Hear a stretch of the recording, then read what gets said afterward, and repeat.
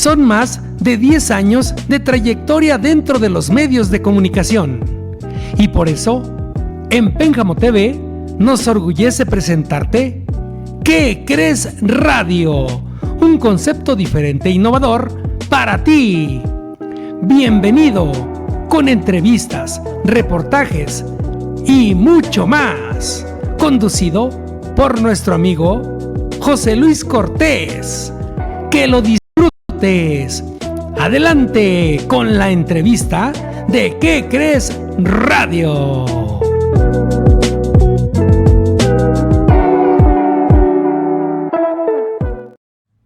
¿Qué tal, querido público? Muy buenas noches. Pues es un honor para mí tener a un joven talentoso, hijo de una gran amiga que quiero mucho y estimo, a Marta Soto. Él es David Vargas Soto. Dije el primero, el de la mamá. ¿Cómo estás, David? Pues igual muy honrado de la invitación, muy agradecido por darme la oportunidad de hablar un poquito de este tema que a mí en lo personal me apasiona, me da de comer incluso. Sí. Y pues bueno, te agradezco mucho, el honor es todo mío. No, pues al contrario, gracias, David, que hizo un espacio en su agenda, porque la verdad, como tanatólogo tiene bastante trabajo, como maestro de inglés, como maestro en el CONALEP. ¿Dónde más das clases, David? Doy clases de psicología, de formación humana en CONALEP, también de inglés. También doy clases en línea de inglés. También tengo pacientes en línea. Y sí, me dedico a la tanatología, dando obviamente terapia a pacientes que lo ocupen, que lo requieran. Exactamente. ¿Qué es la tanatología, David? Ya para empezar directamente. Directamente a la tanatología. Bueno, entre las muchas definiciones que vamos a encontrar, realmente el sentido práctico de la tanatología consiste en el estudio del duelo o del proceso del duelo, entendiendo el duelo como el dolor que resulta de experimentar una pérdida. Ahora, la pérdida es, lógicamente, el ejemplo más claro que tenemos de lo que es una pérdida es la muerte de un ser querido, que es prácticamente lo que la mayoría de la gente asocia con tanatología, pero una pérdida es un cambio permanente, un cambio total en tu vida que tiene la característica que tú no lo querías vivir. O sea, en realidad es un cambio que tú no deseabas para tu vida, pero que te tocó vivir y que vas a tener que adaptar a tu nueva vida, por así decirlo, después de ese cambio. Eso es una pérdida. Por lo que una pérdida obviamente es la muerte de un ser querido, pero también puede ser el cambiar de trabajo, el cambiarte de ciudad, el rompimiento en una relación. O sea, siempre y cuando sea un cambio que tú de verdad no querías experimentar, vas a experimentar un dolor, y ese dolor como tal tiene un proceso que eso es lo que la tanatología estudia. También una mascota podría entrar aquí en... Fíjate qué curioso que lo menciones, pero sí, o sea, la pérdida de una mascota... Sí, es que mucha gente, como dices tú, es algo que no se esperan, y hay personas, con todo respeto, que quieren a sus mascotas como un hijo. Totalmente. Lo tratan como un hijo y para ellos es su mundo. Es correcto, fíjate que dentro de los criterios para determinar, o para predecir la intensidad de un duelo, que duelo es lo mismo que dolor, vamos a decirlo de esta manera. Hay 3 criterios, y uno de ellos, el primero que quiero mencionar, es el grado de relación o la cercanía que tenías tú, vamos a decirlo, con la persona que perdiste, hablando de la pérdida o la muerte de un ser querido. Y digo ser querido porque no es necesariamente una persona. Sí. Voy a decirlo de esta manera. El grado de relación se refiere a la cercanía que tienes tú con la persona, y no quiere decir que porque mientras más cercana es el grado de parentesco, más fuerte se va a sentir. No. O sea, hay personas que se llevan mejor con un tío que con sus propios padres, por ejemplo, o con un primo que con un hermano que tiene, vamos a decir, 30, 40 años que no ves. Sí. Y de repente sientes más cercanía hasta con un amigo que con un hermano. Y entonces fallece el amigo, por ejemplo, y el grado de relación que tenías con ese amigo era mucho mayor que con alguien de tu familia, por ejemplo, y el duelo en ese caso pues va a ser mayor. Y eso no excluye a las mascotas, por supuesto. Hay personas que su contacto diario es con su mascota, con su mundo, exactamente, su compañía. Su compañía. Imagínate, lo pierden de un día para otro. el duelo que va a experimentar va a ser muy fuerte. ¿Cuánto lleva un proceso en tanatología? O no sé, David, platícanos. Excelente pregunta, Chico, la verdad, qué bueno que haces esa pregunta, porque no existe un estándar, no existe una medida un parámetro, oficial. Y esa es la importancia de conocer el proceso del duelo, porque el duelo se va a dividir en ciertas etapas. Y cada etapa tiene sus características.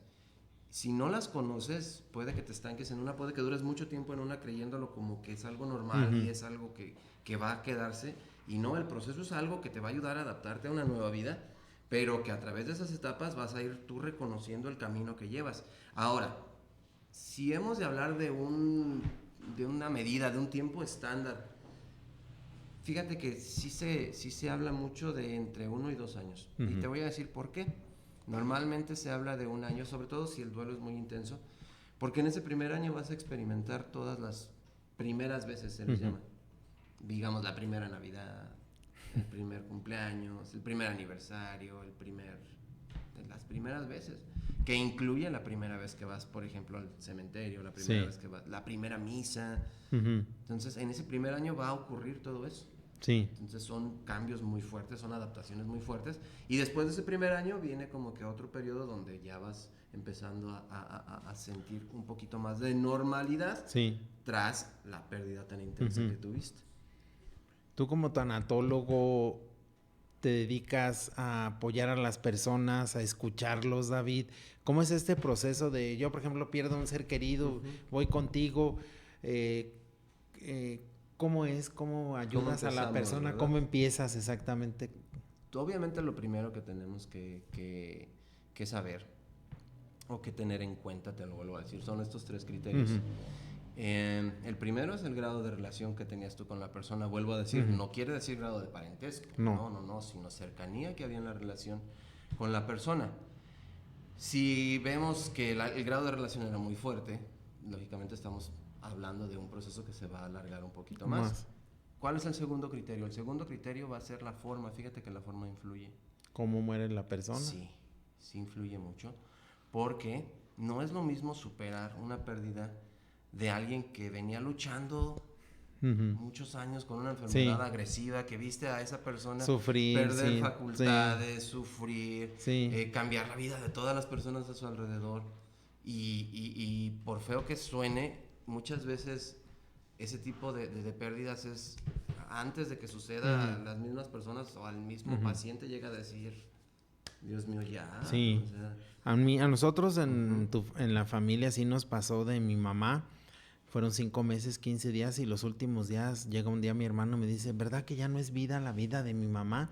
Le dije, no, Toño, por eso yo les decía que Dios la recogiera pronto. Le dije, y tú y Mirna se me echaron como quien dice encima, diciendo, ¿cómo deseas que se muera? Le dije, porque yo ya sabía, el doctor me había dicho todo ese proceso, y sí te vas haciendo como a la idea, David, pero al final el día que se muere sí sientes ese gran vacío. Pero yo creo que, yo siempre también, yo sin ser psicólogo, sí dije, yo creo que es más difícil perder a la persona así, no sé, un infartazo, se accidentó en este momento y se murió, de verlo en la mañana y en la noche estar en la funeraria ya con tu ser querido.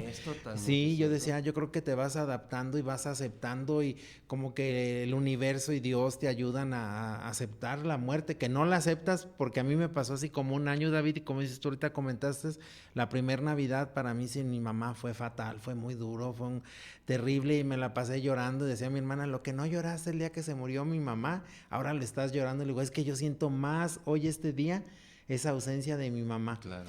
Y para mí sí fue como 1 año el aceptar, adaptarme. El primer 10 de mayo también, yo veía a la gente pasar con sus flores, con sus pasteles, y yo decía, ¿y por qué ellos tienen a su mamá y a mí Dios me la quitó? Fíjate, o sea, yo sentí esa rabia, y así decía, ¿por qué?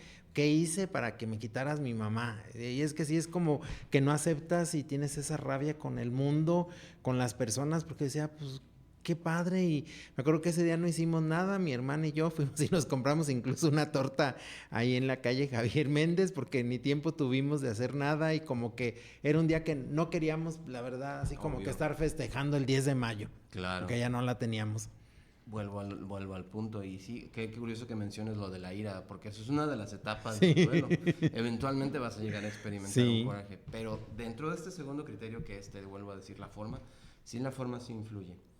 Y cuando, vamos, por muy tanatólogo que seas, por muy psicólogo que seas, nunca estás listo, no hay persona lista para perder a un ser querido. No, jamás, o sea, por muy tanatólogo que seas, cuando te pase... Y cuando pasa te duele y vas a pasar el proceso. El duelo, vas a tener que vivirlo, vas a tener que afrontarlo, y es que eres humano, o sea, eso es una parte de la vida misma, el dolor que experimentas tras la pérdida. Pero sí, la forma influye y mucho, y hay formas que te van a ayudar a elaborarlo un poquito más rápido, pero como cuando mencionas tú que... Y voy a poner el ejemplo de una pareja que en la mañana se me hizo tarde y ni me despedí de ti, y ya me voy al trabajo y a los 10 minutos te hablan y... Oye, falleció, un accidente, murió. Eso nos lleva al tercer criterio, al tercer factor que hace que un duelo sea muy intenso, y son los recursos. Te lo vuelvo a decir, los recursos son, digamos, qué tan listo estabas para dejar ir a la persona, que vuelvo a decirlo, nadie está listo. No, nadie. Pero, ¿cuántas cosas dejaste pendiente, por ejemplo? Sí, planes... ¿Sabes? A futuro. Despedidas. Sí. ¿Sabes cuántas personas o con cuántas personas el duelo se atora porque no se pudieron despedir? Porque no le dijeron te amo, porque no le dijeron, porque no se despidieron, porque estaban peleados el día que se murió. Sí. O sea, vamos a entender de los recursos como las cosas que dejaste pendientes, como las cosas que no resolviste en vida y que ahora te toca resolver, y tú quedas con ese vacío de decir, ¿cómo le voy a hacer? Entonces, ahí es donde la tecnología te va a ayudar a entender ciertas cosas, a adaptarte a una nueva realidad, y a que proceses estos recursos, estos pendientes, y le des una salida de la mejor manera posible, porque créeme, mucha gente se queda con te quieros, con perdones, con rencores, con muchas cosas que no deberían estar ahí, y al final, fíjate que la tanatología, en lugar de ser una filosofía de muerte, es una filosofía de vida. Sí. De que aproveches los momentos, de que aproveches a las personas, de que no pierdas el tiempo en desgastes absurdos. Sí. Y que la muerte al final sí te enseña muchas cosas acerca de la vida. Sí. Aprendes muchísimo. Son un gran aprendizaje. Muchísimos. Sobre todo basándote en el amor. Porque al final, esto es algo que le he comentado yo a tantos pacientes. Al final, lo que te salva, lo que te saca de un proceso de duelo, y el punto al que llegas al final, es al amor. Porque el amor es la fuerza más poderosa del universo, y tan es así que la muerte no puede con él. Si pierdes a un ser querido, lo amas más. Sí. El amor crece con la muerte, y ese amor es el que en verdad al final te ayuda a curarte, a salir de ese proceso. De ese proceso, exactamente, Chepe. Entonces, respondiendo a tu pregunta, ¿qué hace la tanatología? Te ayuda a que el proceso sea algo que conozcas lo que vas a atravesar, y que el dolor inicial, que es desgastante, que es horrible, que es frustrante, que es agresivo, poco a poco se convierte en amor, y ese proceso es maravilloso de vivir. Qué bueno que existe. ¿Cuánto tiempo tiene la tanatología, David? Híjole. Pues como ciencia oficial, vamos a decirlo, que no es una ciencia, es una filosofía. Empieza en realidad a mediados de los 60, 70, en realidad. Sí, antes no existía, yo bueno, soy del 66, pero pues no los escuchaba tantas cosas como ahora, tanta ayuda que encuentra uno, la verdad, y como esto, pues era un proceso, la gente lo vivía, y ya ves cuántas personas, toda la vida de negro, que no se quitaban el negro, pues es que se le murió el esposo y pues siempre ya de negro, y se encierran, y aquellos lutos, aquellos duelos que eran tan rigurosos. Yo me acuerdo cuando era niño ver a mi mamá todo un año con la cabeza tapada y de negro, y duraron, no sé, que de su hermana, de quién sabe quién, 8 años, 9. Ahora ves que ha cambiado todo, incluso hasta la velación de las personas, David. Ya vamos aquí en México, tipo Estados Unidos, que nada más a ciertas horas, a veces ya nadie te acompaña. Yo me acuerdo cuando era niño, esos velorios que toda la gente se estaba toda la noche allá acompañando a las personas en las casas que velaban, que no se acostumbraba a una capilla de velación en una funeraria, no existía. No ha pasado, ¿no? Sí, y lo ves en Estados Unidos que de tal hora a tal hora y párale de contar y luego es respetable, ¿va? Ellos hacen una comida y cuántas personas hablan, dan unas palabras y pues aquí en México yo creo que ya vamos así. Y hay medios para ayudarnos, hay medios para aceptar muchas veces estas cosas. Igual, yo me acuerdo que se iban a casar el hijo de esta señora que se murió por un decir, y la boda la suspendían hasta el año siguiente porque están de luto. Y ahora fallecen y siguen las cosas, como dicen, es que la vida continúa, escucho. Y digo, por una parte, qué bueno, ¿verdad? Pero también se perdió como esa parte, esa esencia, ¿no, David? De esos duelos. Es que, como bien lo mencionas, Sí. y lo mencionas con mucha razón, todo este tipo de procesos cambian, todo este tipo de, Sí. de ritos, de Ritos. normas sociales, eventualmente cambian. Las religiones se van adaptando, Sí. los ritos se van adaptando, pero sí es algo personal, fíjate que sí es importante, y esto se lo he dicho a muchos pacientes. Mira, de la fe lo que te acomode, y Sí. suena raro, suena extraño, pero la fe sí juega un factor, Sí. sí juega un papel muy importante en la elaboración de un duelo. Y no me refiero necesariamente a la religión, sino a los ritos que tú tengas, Sí. o a lo que a ti te va a hacer sentir confort, de acuerdo a la relación y de acuerdo a tu propio proceso. Vamos a decirlo, hace años la religión tenía un peso muy, muy importante en la vida de las personas y por lo tanto era necesario que se respetaran Sí. los ritos, las velaciones, los rosarios y todo. Sí. Ahorita no quiero decir que no lo tenga peso, pero las personas ya su relación con la religión es muy diferente. Sí, ha cambiado mucho. Y hay personas que se van a sentir cómodas diciendo, con una misa tengo, Sí. con una misa quedo bien, yo en mi necesidad Sí. espiritual, creo que con una misa cubro esta parte, Sí. o al menos voy a sentirme bien conmigo mismo. Sí. Que eso es lo que al final intentamos Ujú. decir. Sí. En realidad, el proceso es personal y si tú te sientes cómodo con esta forma de hacer las cosas, perfecto, eso es lo que queremos, que tú al final te vayas sintiendo poco a poco más cómodo en esta nueva vida que te está tocando vivir. Entonces sí, definitivamente los ritos cambian, las sociedades cambian, pero la necesidad de sentirte bien, no. Esa sigue siendo la misma, Ujú. aunque tus ritos definitivamente y tus formas de hacer las cosas ya no son como eran hace tiempo. Sí. La tanatología es una filosofía relativamente nueva, sin embargo, yo siento que sus usos son para siempre, o sea, sí es algo que va a quedarse y sabía que iba a salir este punto de decir, ay, es que la gente ya lo está aceptando. Yo creo que ya estamos ahí en ese punto donde Ujú. la gente ya ve su bienestar, ya ve su estabilidad emocional Sí. como algo prioritario. Sí. Y la pérdida de un ser querido, si no recibes el apoyo necesario, va a afectar muchas áreas de tu vida. Ujú. Entonces, si yo no digo, ay, ya la gente está cambiando, para mí la gente ya cambió. Sí. Así como los ritos ya cambiaron, así como la sociedad ya cambió, la gente y ya aceptó la necesidad de el cuidado o la salud psicológica, la salud emocional como parte integral de su vida. Y la tanatología, pues lógicamente va a jugar un papel fundamental en ayudarte a incorporarte a una vida distinta después Sí. de la pérdida. Porque si no es nada fácil el simple hecho de levantarte ya no ver a esa persona y si dices, ay, ¿ahora cómo le hago? ¿Qué voy a hacer? O cuántas mujeres están muy acostumbradas a que el esposo sea su proveedor de todo. Ujú. Lamentablemente llega a faltar y dice, ¿qué voy a hacer? Y también a veces es un cambio en su vida, que sí, como dices tú, cambia completamente Fíjate, todo. Y es necesario. Sí. Vuelvo a decir, como te lo mencionaba hace ratito, la muerte lo que hace al final es enseñarte muchas cosas. Ujú. Muchísimas respecto a tu relación con las demás personas, tu relación contigo mismo, la forma en la que tú estás viviendo tu vida, los pendientes que estás dejando. Pero vamos a regresarnos poquito, Sí. lo que mencionas, despertarte y no ver ya a la persona. Sucede no nada más con la pérdida de un ser querido, con la muerte, vamos a decir, Sí.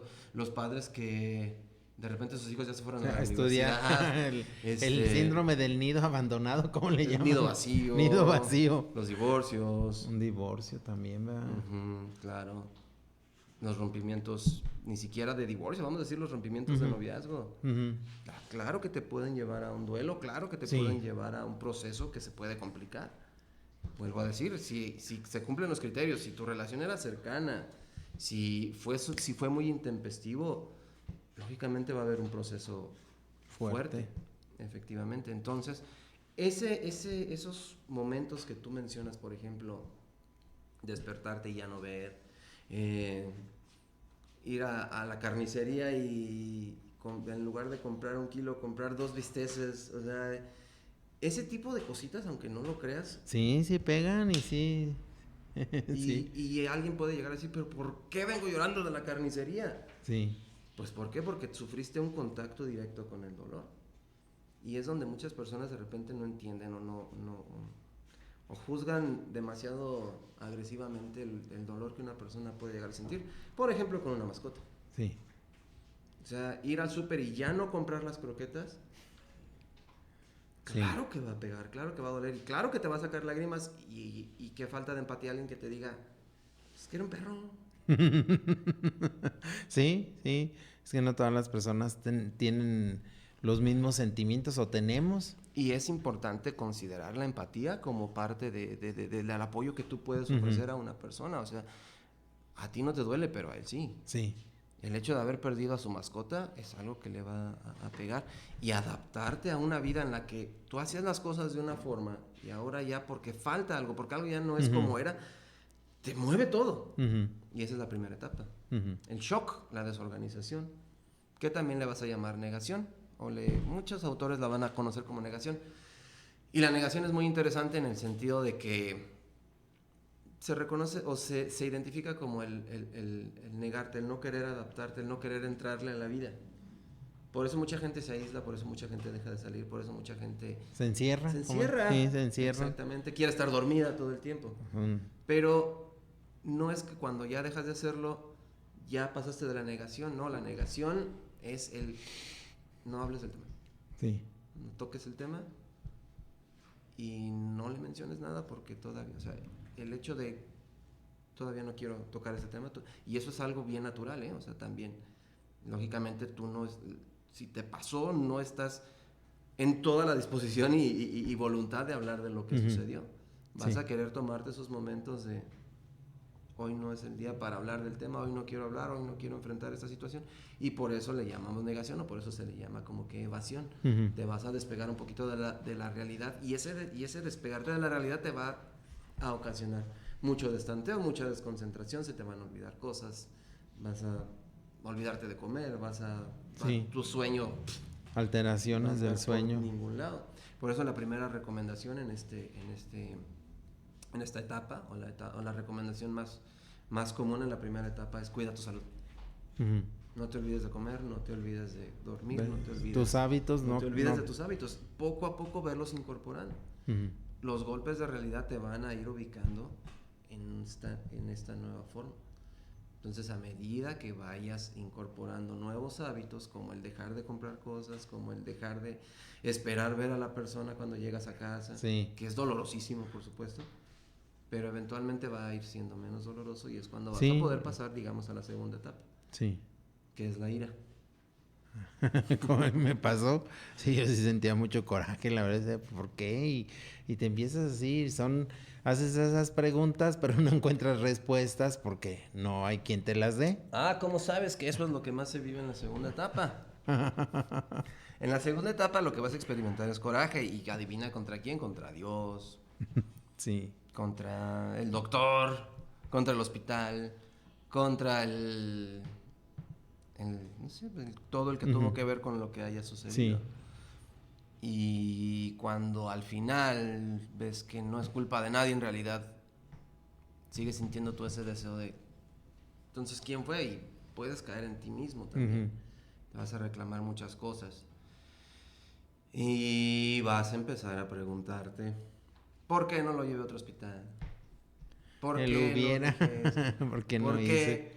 Y eso son lo que mencionas ahorita, Chepe, son las preguntas sin respuesta, y es lo que más le pido a las personas que están en la etapa 2 o en la etapa de la ira, que tengan mucho cuidado con las preguntas que se hacen o las preguntas que se están haciendo a la vida, porque la mayoría son preguntas sin respuesta. Sí. Y esto se lo he dicho hoy mismo. Las personas que me han oído hablar al respecto no me van a dejar mentir. Estas preguntas que te haces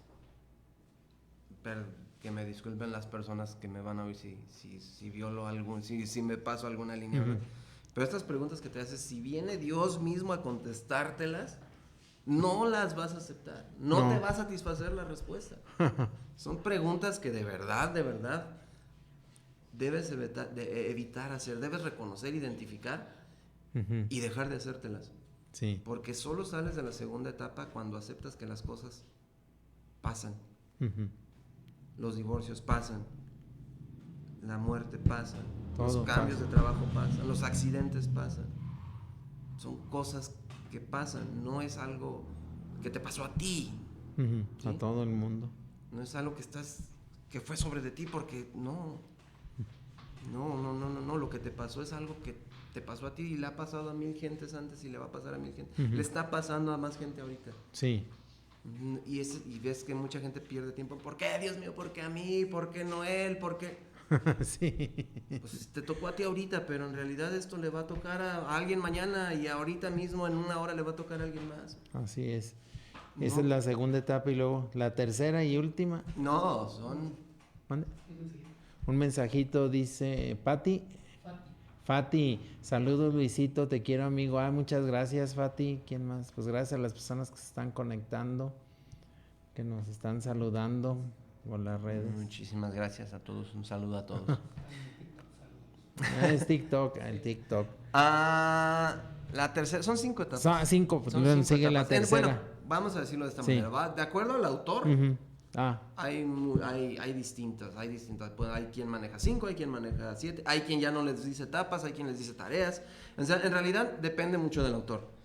Pero lo que sí quiero dejar muy claro es que las experiencias que vas a atravesar o las emociones que vas a experimentar, más bien dicho de mejor manera, son muy similares.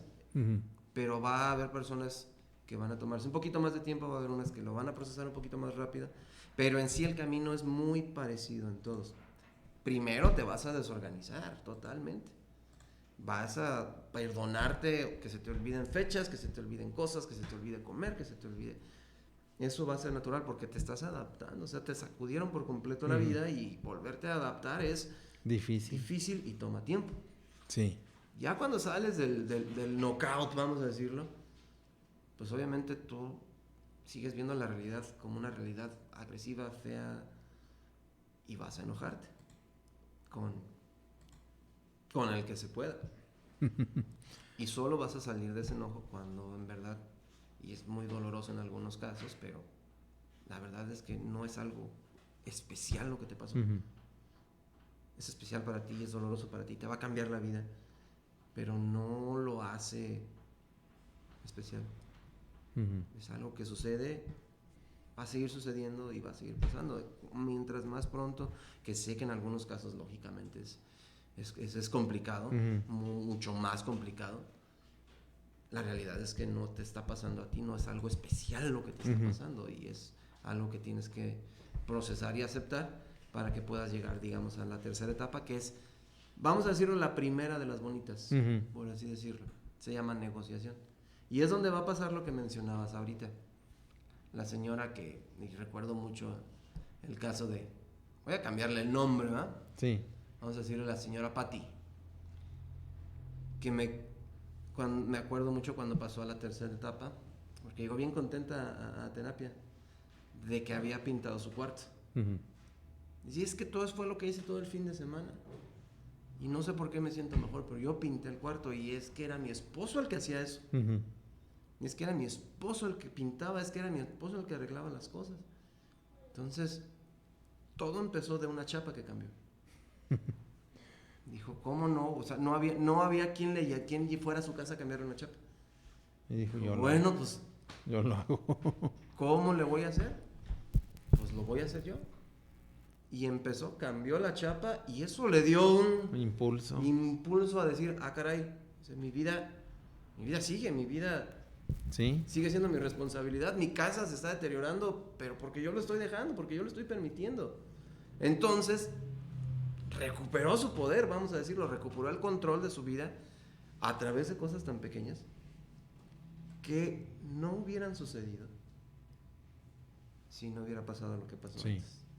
La muerte te enseña cosas, y una de las cosas que más te enseña es que tu vida es algo que debes aprovechar. Seguir que viviendo. Tienes la posibilidad de aprender, que tienes la posibilidad de tener el control de lo que sucede a tu alrededor, hasta cierto punto, lógicamente. No de lo que sucede, sino al menos de lo que tú puedes hacer hacia tu entorno. Totalmente, sí. Y de ahí me acuerdo que la señora Patti se convirtió en una talachas. Cambió chapas, pintó su casa, cambió llaves del grifo, del desagüe. O sea, su proceso de negociación fue, a ver, ¿qué me está trayendo? ¿Qué me está haciendo aprender todo lo malo, todo lo feo que viví antes? ¿De qué me va a servir? ¿Qué voy a aprender? ¿Cómo va a cambiar mi vida? Entonces, en la negociación lo que sucede es que como que empiezas a darte permiso de dejar ir todas esas emociones feas, y empiezas como que a traer cosas bonitas. Fíjate que empieza a pasar algo muy interesante en la negociación, y es, por primera vez empiezas a recordar como con cariño, como con alegría. No es que antes no hubiera, pero era bien doloroso. Acordarte es doloroso, acordarte te hace llorar, y en la negociación como que empiezas a equilibrar tu vida ya. Lo bonito empieza a ser bonito otra vez. Esas cosas bonitas que antes te hacían llorar, ahora empiezas a, como la señora Patti, a ver cómo le hubiera gustado a mi esposo ver la casa. Sí. Y mira lo que estoy haciendo, y mira, o sea, empieza a ser algo bonito. La experiencia que tienes con la muerte del ser querido empieza a ser distinta. En la negociación lo que haces es echar cambio, vamos a decir. Lo malo que viviste, ¿cómo lo puedes transformar en algo bueno? ¿Qué te está enseñando? ¿Qué has aprendido gracias a esto que viviste? ¿Cómo ha cambiado tu vida para bien? La negociación es, vuelvo a decirlo, una etapa bonita hasta cierto punto, porque empiezas a darle otra vez un sentido de valor a tu vida, y voy a usar la palabra otra vez, un sentido a tu vida. La negociación tiene una expresión que suena fuerte, pero es, ok, perdí a un ser querido, la persona que quería murió, pero yo no. Yo sigo vivo. Estoy vivo y mi vida todavía tiene sentido. Entonces puedo utilizar mi vida para honrar la memoria de la persona, por supuesto, pero también para honrar mi propia vida, para honrar lo que estoy haciendo, para darle sentido, y para que mi vida sea al final algo que yo diga, sigo aquí. Y eso es lo que la tercera etapa te permite. De hecho, te llena de valor para la cuarta etapa. ¿Y cuál es la cuarta etapa? Tenemos un saludo de Jesús Arias. Saludos, amigos, buen programa, muy interesante. Gracias, Jesús, por tu comentario. Te agradecemos. Querido amigo Jesús Arias. Sí. Cuando empiezas a ver que todo lo terrible que viviste, que te vuelvo a decir, estamos hablando de las primeras dos etapas, que es negación e ira, que aquí las platicamos en 20 minutos, pero no duran 20 minutos. Duran, ¿qué te gusta? No hay un consenso, pero yo siempre le he dicho a las personas que dura alrededor de 6 a 8 meses, 10 meses, casi un año. Vamos a decirlo de esa manera. Es casi un año después que empiezas como que a evaluar cómo es tu vida, cómo era, qué cambios has hecho, y sobre todo, qué cambios para bien ha habido. Y entonces te das cuenta que sigues vivo, que sigues teniendo control, que sigues pudiendo hacer cosas, que aprendiste a hacer cosas que de otra manera no hubieras aprendido a hacer. Y es cuando te vuelvo a decir, te llenas de fortaleza como para llegar a la cuarta etapa, que es la depresión. Te vas a deprimir, mazo. Lo que quiero decir con la depresión es que te vas a animar a hacer algo que no habías podido hacer antes. Desprenderte. Tal vez no de las cosas. Desprenderte de las cosas es algo que es fuerte. Sí. Que lo puedes ir haciendo desde mucho antes, pero yo me refiero a un desprendimiento emocional. No es que dejes de querer, de hecho es cuando te animas a entregar a la persona. Sí. Cuando te animas a decirle adiós, vamos a decirlo de esta manera. A decir, ¿sabes qué? No te puedo retener porque ni te dejo ir ni estoy viviendo yo. Sí. La única opción que tengo es te dejo ir. Te dejo ir y que te reciban donde vayas a estar, en lo que creamos, o si no creíamos en nada. Pero ya dejas de tener el recuerdo como tal, porque retener duele. Y cuando te animas a soltar, que esa es la expresión, que eso es lo que todas las personas te dicen, ya déjalo ir, sí, a ver, deja ir tú. No es la misma. Sí. No puedes dejar ir hasta que vives todo esto. Sí. Perdón. No puedes dejar ir hasta que vives todo esto. Y entonces, cuando después del proceso te animas a soltar, la experiencia es diferente.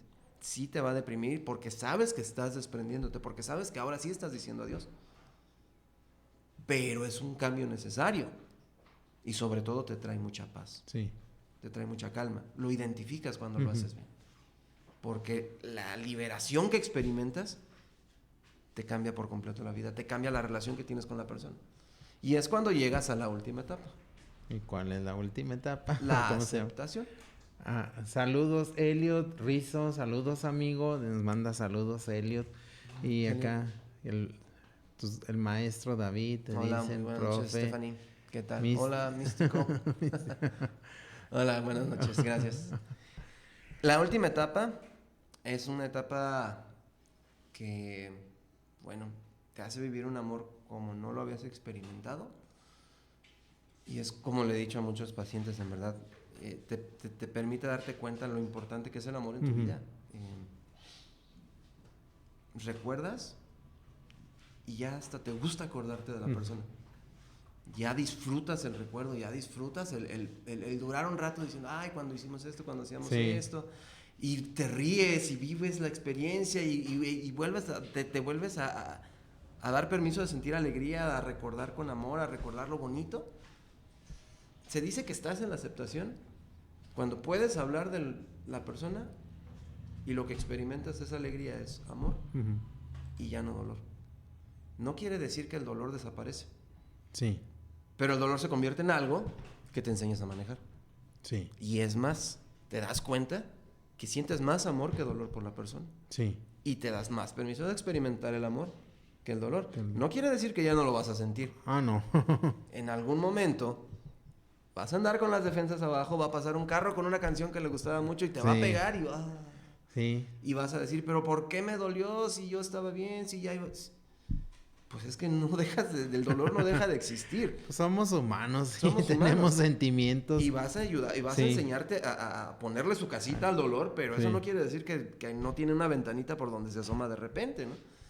Sí. Y más cuando te vuelvo a decir, cuando ya sientes que ya vas avanzando, que ya lo lograste, que ya te permites estar un poquito más relajado, de repente hay algo que te conecta con el dolor y te tienes que dar permiso de decir, ¿todavía hay dolor? Claro que hay dolor. Ya me he enseñado a manejarlo mucho mejor, pero el dolor sigue siendo dolor y en algún momento me iba a pegar. Claro. Eso es algo que no. David, ¿dónde te podemos contactar o te puede contactar alguien del público que esté viviendo algún momento o quiera pues puedo compartir mi WhatsApp si gustan. Sí. O tus redes sociales, lo que tengas. La red social, tengo una red social, Tanatología Pénjamo, de hecho van a identificar TP, Tanatología Pénjamo, y mi WhatsApp que es el 469-126-8523. Ahí pueden encontrarme sin ningún problema. Estoy siempre muy al pendiente de mi WhatsApp, aunque muchas personas me contactan por Messenger, en mi perfil personal, David Vargas Soto. Pero sí, yo comparto principalmente mi WhatsApp, que es el 469-126-8523. A sus órdenes, ahí me pueden contactar sin ningún problema. Pues muchas gracias, David, la verdad muy interesante este tema y pues ya saben, si están viviendo un momento, un duelo, pues si se sienten mal, no duden en acudir con un profesional para que los ayude a salir adelante, para que los oriente y los guíe sobre todo, porque es un proceso donde vas guiando a las personas. Pues muchas gracias, David, gracias a las personas, a los que nos enviaron saludos, a los que se conectaron, que fueron bastantes personas, por lo que me di cuenta, y pues los espero la próxima semana en ¿Qué Crees Radio? Buenas noches. Muchísimas gracias, Chepe, gracias. A ti, David, gracias.